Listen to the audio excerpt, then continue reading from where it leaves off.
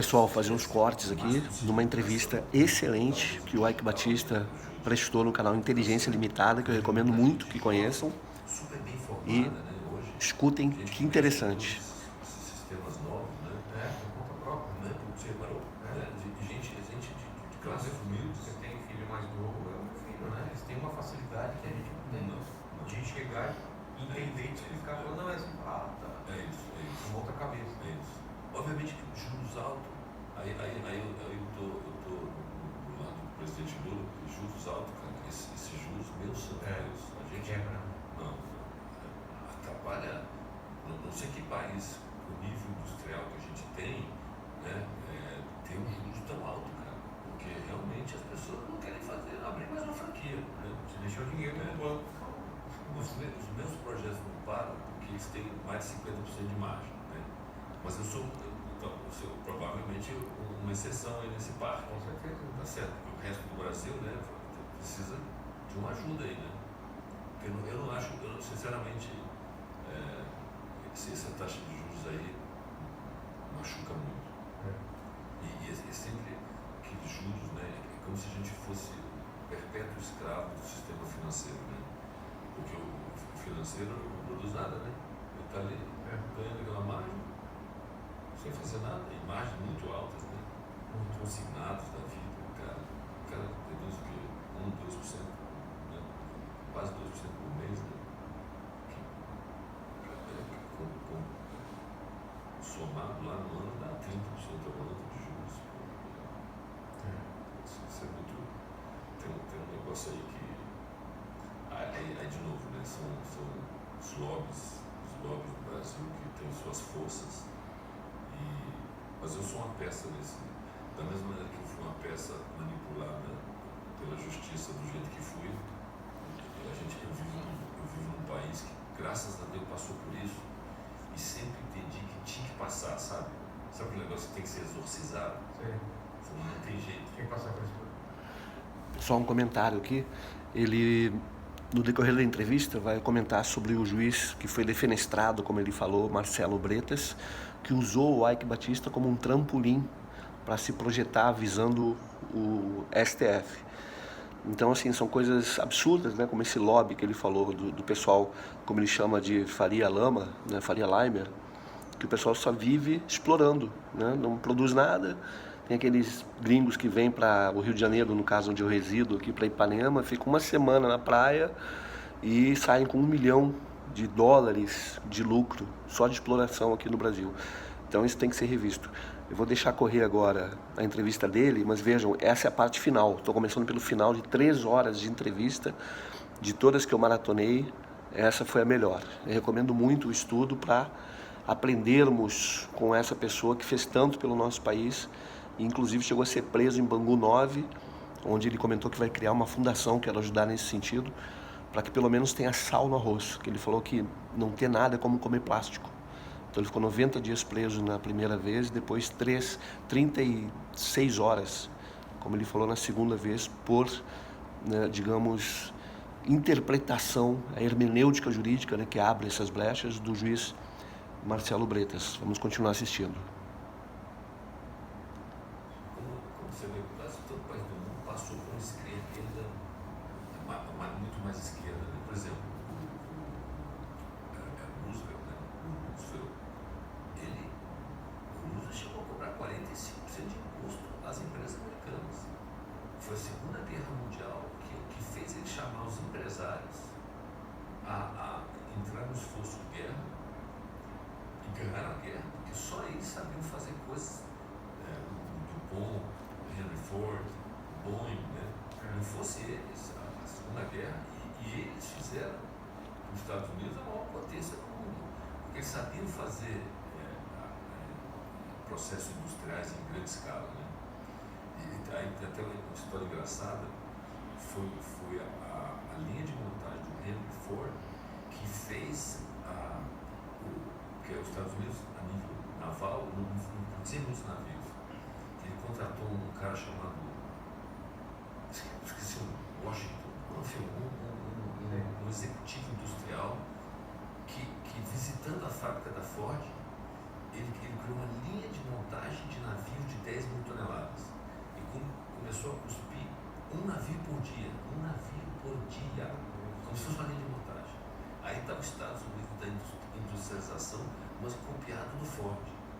show. E aí os Estados Unidos entrou numa era de riqueza incrível, né? Ganhou uma guerra, depois reconstruiu a Europa inteira. Nunca viu, as nações normalmente ficam com tudo, né? Isso é construído, né?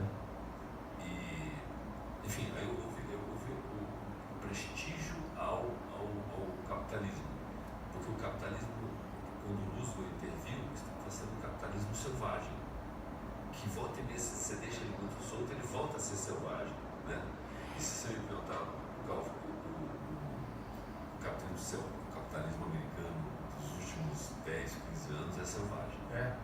Porque você tem 7 gigantes. E agora vai chegar protecionismo. E a classe média que pagava a universidade dos filhos, tinha casa própria, não o tem mais. Não consegue pagar os dois. Então a classe média, que era tão... QDA. Espero que o Trump aí... Eu acho que o Trump foi eleito porque ele está trazendo indústria de volta, emprego de volta.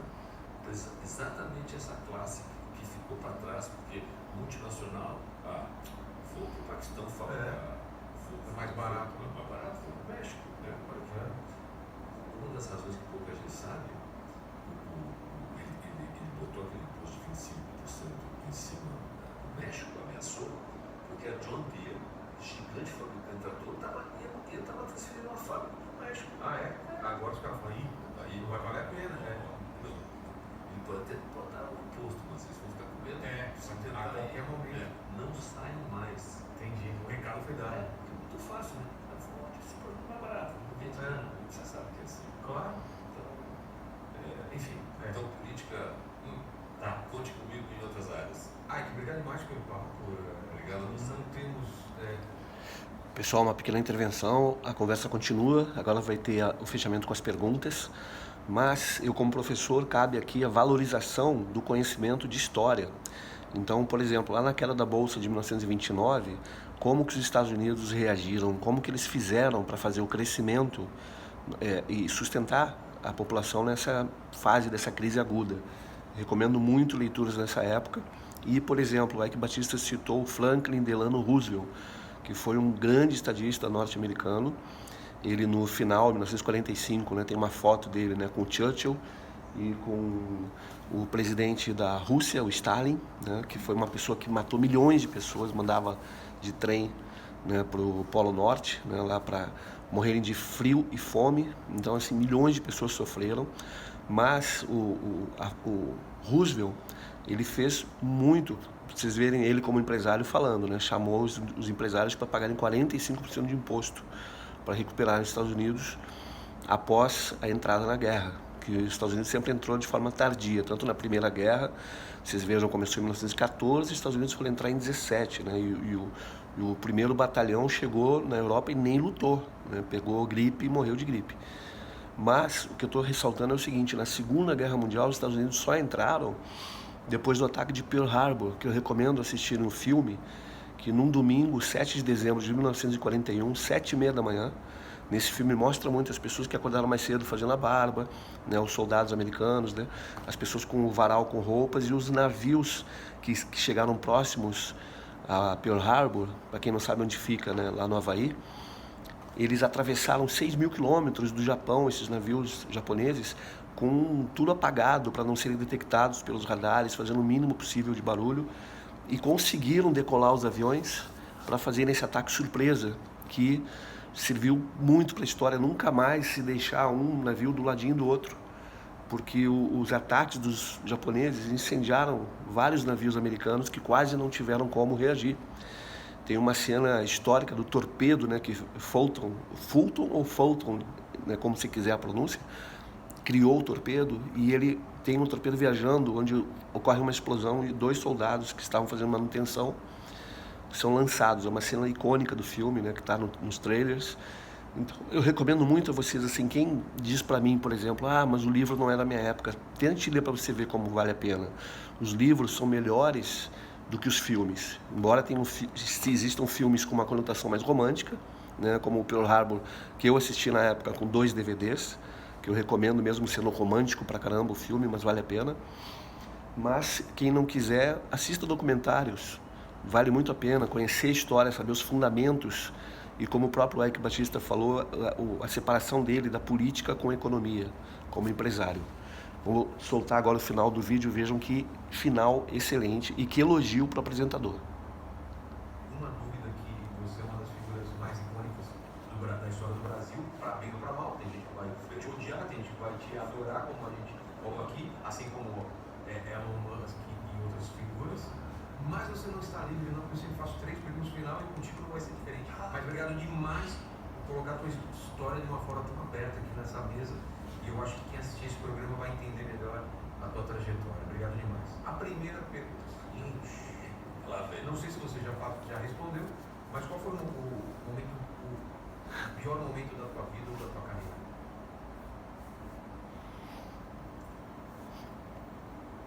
Bom, Foi a prisão, foi esse momento? eu posso falar dois. Pode ser. Esse fatídico dia lá que a gente anunciou realmente que era, eu assim, caramba, o que eu faço para consertar tudo isso, né? E graças a Deus eu fiz. E o outro foi a primeira e a segunda prisão. Porque você... Só um comentário para quem não pegou o que aconteceu.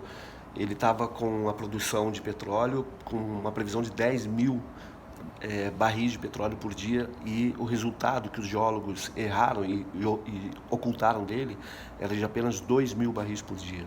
Então isso criou uma derrubada em sequência, né, em série, um efeito dominó das 6 empresas que ele tinha na bolsa, que ele fez o IPO, todas elas viraram pó. Ele vendeu em centavos de dólar as empresas para continuar os 20 mil empregos. Então, assim, foi um golpe muito duro na carreira dele, e ele conseguiu se manter graças ao restaurante Michelin, na rua Maria Quitéria, é a de Ipanema, não, Joana Angélica, Maria Angélica, no iniciozinho ali do Jardim Botânico. Isso aí, vamos liberar, e outras empresas que ele manteve para, como ele mesmo disse, né, ter o suficiente. Tirar a sua liberdade é algo muito duro. Não tem nem como imaginar só passando. Não.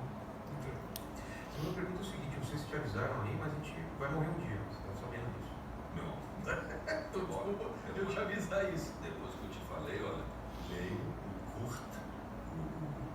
Kurzweil, ok? Que é esse americano, talvez um dos melhores visionários aí do futuro singular, que tá na nossa cara. Tá na... Ray, R-A-Y, Kurzweil, Kurzweil. Vê se acha aí o rosto do indivíduo ao nível. Mas leiam, por favor, acompanhem, porque vocês vão gostar e vão lembrar de mim. Mas vamos morrer um dia, fica tranquilo, que ainda temos bastante anos de vida para realizar bastante coisa. Mas esse vídeo aqui, esse podcast vai ficar um pouco mais de tempo do que a gente aqui na Terra. Manda um recado para a futura, daqui 200 anos, o pessoal que está assistindo, quais seriam suas últimas palavras, teu epitáfio aqui? Poxa, primeiro que é magnífico ser entrevistado por uma pessoa inteligente como você. Obrigado. Porque senão, sabe, fica um negócio bobo, vazio, perguntas sem sentido. Então, enfim, você tem uma força aqui extraordinária, e só qualidade mantém você no ar. E se você está no ar até hoje, você tem essa qualidade. Então, parabéns. Obrigado. Mas quais seriam suas últimas palavras? O epitáfio, para ficar daqui 200 anos o pessoal montar esse vídeo aqui. Nunca pare de sonhar.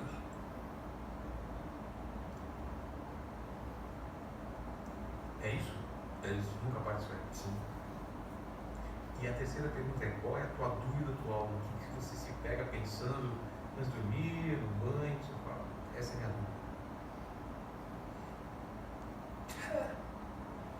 Cara, eu tenho uma equipe hoje de executivos que estão comigo agora, que a gente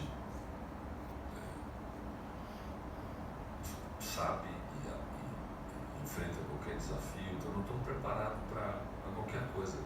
Como eu te falei, com a idade que eu tenho, a experiência que eu tenho, como está fácil caminhar nessa criação de novas coisas. E essa mentoria, como que funciona? É o que eu falei, quer dizer, dividir e ajudar essa gente a criar network, como eu falei, quase 100 mentorados. Eu estou criando um clube dos mentorados. Me pediram para criar uma fábrica de IPOs, maneira deles acessarem capital, né? E olha, a gente, durante esse ano, possivelmente vai ter mil brasileiros diferenciados, sabe? E juntar eles, deixar eles fazerem networking, a gente vai se tornar uma força considerável. Uma força em todos os sentidos, porque são industriais que têm voz, empregam gente, né? E faz o Brasil acontecer. Tomara. Obrigado demais, Ike. Adorei, né? É isso, obrigado demais aí. Muito obrigado. Obrigado a você, obrigado à equipe que está aqui, né? Leandro e... Mas ó, você está ferrado se a próxima entrevista não for com alguém assim, então. Vou te pegar. Tá ferrado. E olha lá, Ike, a capa do... A gente falou sobre esse livro no programa que a gente fez de inteligência artificial. Olha aqui, olha lá. A fusão do ser humano com o poder da inteligência artificial. É isso aí. Cara, vou ler isso para ontem. A medicina está virando engenharia. Né? Isso que nunca foi. Que acontece no hospital. O cara manda você nascer assim, desculpa, mas eu não sei o que vai acontecer. É meio assim, né? Você fica no pânico. Minha família, 90% dos diagnósticos foram errados. É mesmo? 1 milhão de pessoas morrem nos Estados Unidos por diagnóstico errado por ano. Imagina um banco de dados absurdo e uma inteligência artificial analisando. Olha, meu pai me ensinou o seguinte, pai, se você tiver uma certa inteligência, saber absorver dados e conectar as coisas, você sempre vai ser o seu melhor médico. O que um bom médico faz? Ele fica com você 1 hora te perguntando os seus sintomas. Você sabe os seus sintomas? Concorda? Exato. Melhor que Mas é por aí, o cara tem que ter conhecimento científico de remédio. Remédio é um remédio. E não me dá nada para me curar. Que é outra ruim do Rockefeller. Aqui. Lembra que eu falei que ele precisava de achar usos para petróleo? O Rockefeller criou a doutrina nas faculdades americanas de medicina para saírem da medicina da vovó, remédios de ervas, as receitas da vovó, para ir para remédios baseados em combustíveis fósseis. Lembra? Cara, ninguém fala. O americano defende tanto essa imagem do que o Rockefeller fez. Desculpa. Se você ler e entender. É muito mais que isso, não. É verdade. É verdade. A gente é massacrado com um tipo de informação que não bate. Que ninguém junta as peças, né? Ninguém volta para 1920 para saber o que o Rockefeller fez. Volta, não volta. Total. Você pensa no Rockefeller como Rockefeller Center, né? Isso? Foi isso. O patinho. Pronto. Patinação no gelo lá. Um grande milionário. Ok. O JP Morgan praticamente assassinou o Nikola Tesla. Por quê? Não sabe? Não. Ele estava financiando uma torre e o Nikola Tesla montou toda. Ia fazer transmissão de energia sem fio. Esse era o grande projeto dele. Quem tirou o tapete o dinheiro? Foi esse cara. É mesmo? Entra depois na internet. Senão as pessoas não juntam porra com porra nenhuma. Ligue os pontos. Connect the dots. Obrigado demais, Ike. Obrigado a vocês que estiveram por aqui. É contigo aí, você tá ligado o que você tem que fazer agora, né? Olha lá. Olha a resposta, hein? Galera, é o seguinte, se vocês chegaram até o final desse papo incrível, maravilhoso, vocês não deixaram o like, estão bacana demais. Então já deixa o like, se inscreve no canal, estamos com 5 milhões. Passando 5 milhões. Exatamente. Torce membro para não perder nenhuma live e claro, passa aí no link da Insider para você pegar nosso descontão aí, nosso cupom maravilhoso Insider que está sempre aqui com a gente. E agora eu quero saber porque você estava muito ligado, eu acho que você quer entrar na Forbes também. Eu quero. Inclusive, se ele quiser fazer um podcast, não estou falando nada. Cara, ele tá querendo sair daqui. Não. Tô Tutti. Se quiser. Não sei. Tá bom. Vai garimpar o olho primeiro, tá bom. Você prestou atenção no papo, que eu vi que você estava ligadão. O que o pessoal escreve nos comentários para provar que chegou até o final dessa conversa? Pra provar pra gente que chegou até o final, comenta aí do jeito que você acha melhor. Tá. Gemonfo. Quem? Gemonfo. Gemonfo. Escreva aí do jeito que você achar que é Gemonfo. Gemonfo. Valeu demais, like, cara. Que papo bacana, valeu. Fiquem com Deus, beijo no futuro e tchau. E que bom que vocês vieram. Você achava que ia ser assim? Não, nunca eu sei o que vai acontecer. As opiniões. Pessoal, só cabe um comentário sobre Rockefeller, muito interessante, porque o Ike diz o seguinte: quando foi descoberto lá o petróleo, o único uso que tinha era para substituição do óleo de baleia, para ter iluminação à noite, né, iluminação pública nas casas. E aí foi se criando com o craqueamento do petróleo, aquela torre que, se você olhar, se você estudar sobre isso, né, deve ter no Google, começa ali querosene, né, gasolina, óleo diesel, o material bituminoso para o asfalto. Então essas fases, digamos, do petróleo foram com o tempo desenvolvidas para se obter lucro. Então o Rockefeller, a família Rockefeller, né, vocês devem ter estudado, simplesmente foi a mais rica, né, durante dezenas de anos nos Estados Unidos. E inclusive eu descobri não tem muito tempo, tem poucos anos, que a margarina ela vem do petróleo. Então vejam o que a gente está comendo ou o que a gente deve parar de comer. Tá bom, gente? A gente vai continuar com mais cortes aqui de aproximadamente 15 minutos, né? E vamos debatendo, conversando e ampliando os conhecimentos e rumando sempre pela evolução. Um abraço, fiquem com Deus, saúde.